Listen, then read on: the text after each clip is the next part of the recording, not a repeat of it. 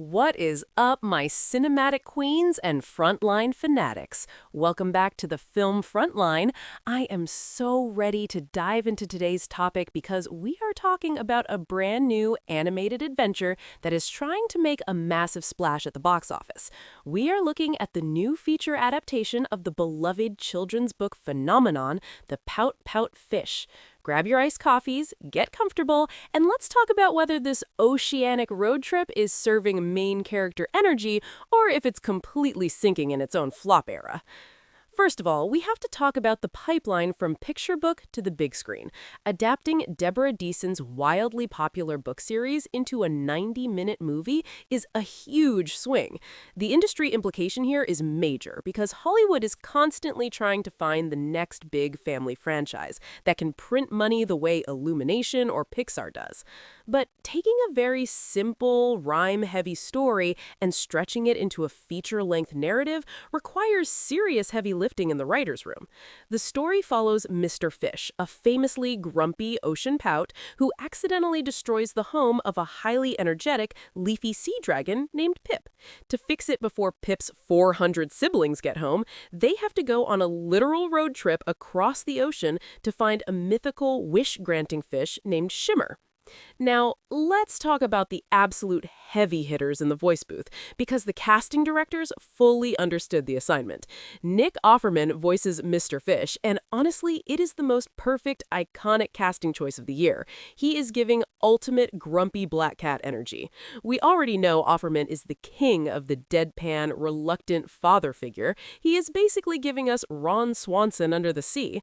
But because the script plays it so incredibly safe, his dry wet is a bit underutilized. He isn't given those punchy, hilarious one-liners that adults would absolutely eat up.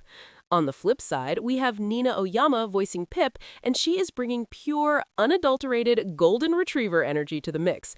The dynamic between the two is the absolute saving grace of the film. Their chemistry carries the emotional weight of the story, leaning hard into that classic grumpy meets sunshine trope that we all secretly live for. We also get some incredibly fun voice cameos, like pop culture icon Amy Sedaris playing a pod of literal Valley Girl pink dolphins, and Jordan Sparks as the mythical Shimmer. But here is where we need to spill the real industry tea, the animation and the execution. We are living in a post-Spider-Verse, post-Wild Robot world. The bar for animated visuals is literally in the stratosphere right now. Audiences expect lush, boundary-pushing art. Unfortunately, the animation in the Pout-Pout Fish is feeling a little flat and uninspired. Instead of elevating the gorgeous underwater world, it feels like generic 3D models just moving around the screen. Furthermore, the plot suffers from some serious subplot bloat. We spend way too much time following a cuttlefish named Benji and his intimidating mother, played by Miranda Otto, who are also hunting for Shimmer. It distracts from the core relationship between Mr. Fish and Pip, which is the only thing keeping us truly invested. Instead of showing us authentic character growth, the movie constantly has characters just explaining the moral of the story out loud. It's very tell, don't show. All right, it is time for the film Frontline opinion. Here is my unfiltered take.